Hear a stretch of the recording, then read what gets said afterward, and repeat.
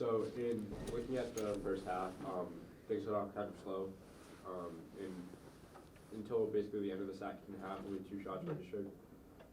What was UConn doing where they were able to contain you for that long to start the game? UConn, first off, congratulations to them for advancing to the Final Four. They have a stingy defense, and it took us a while to be able to figure out how to manipulate it and beat it. And as time went on, we were able to do that. And, yeah, that was it. And can you take me through your reaction when the penalty corner was scored with 4 minutes left in the second half, and what was going through your mind then, and what you were doing to prepare for the last 4 minutes of the game? Well, I just was really proud of our kids that they didn't quit, and they found a way to get themselves back in the game to win it. And it was about working to get another goal in the last 4 minutes to be able to win it in regulation. And we worked to do that, and I think we did a pretty good job. And then at one point in the second half, you had an 11-9 advantage. Mm-hmm. What went wrong there? Just why weren't you able For us or UConn? For you guys, why weren't you able to capitalize? Why weren't we able to capitalize? I don't know. I mean, we just didn't get the spaces. It's not what went wrong. It was a matter of being able to just make something happen, and it didn't.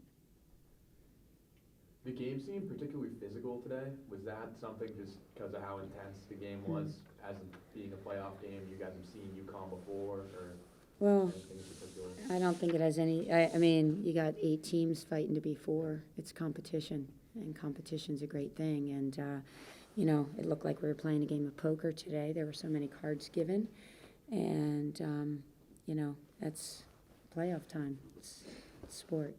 It's competitive. Coach, can you just tell me kind of what you were feeling after the first overtime?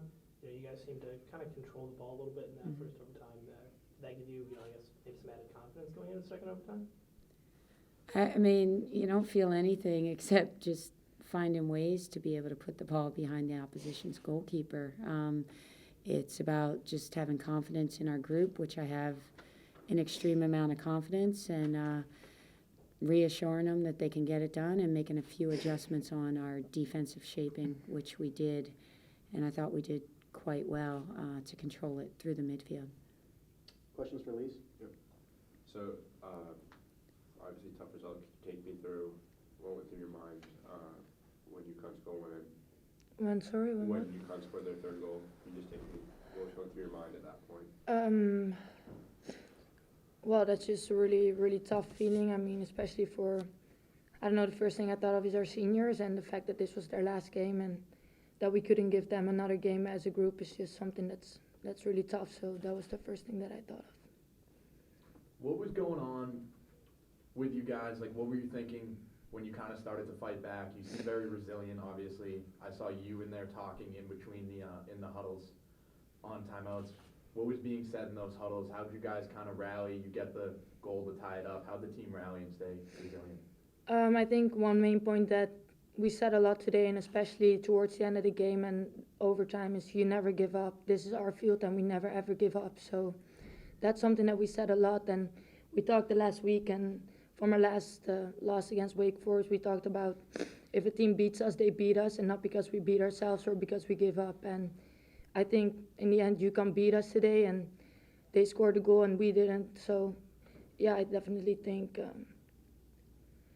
we didn't beat ourselves today, and I'm really proud of the team and the way we fought and people diving for balls, and you can really tell people gave everything. So, yeah, I'm really proud of that, and it's really unfortunate that we couldn't get the win out of it. Any more questions for coaches, student athletes? Lies, you mentioned the seniors, and it seemed like, 2 of the big ones. Liz, it was just the energy was really there. So can you just kind of speak like what it is to see that from those from those upperclassmen that are going to lead this program for you guys?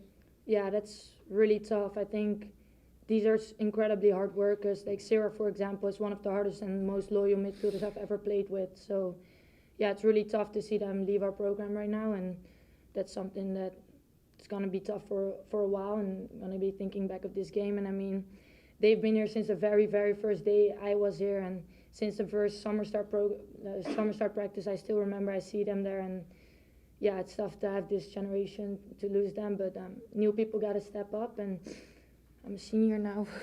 When did that happen? So yeah, so yeah, it's tough, but we just got to get through it, reflect on it, and how we get to the Final Four next year.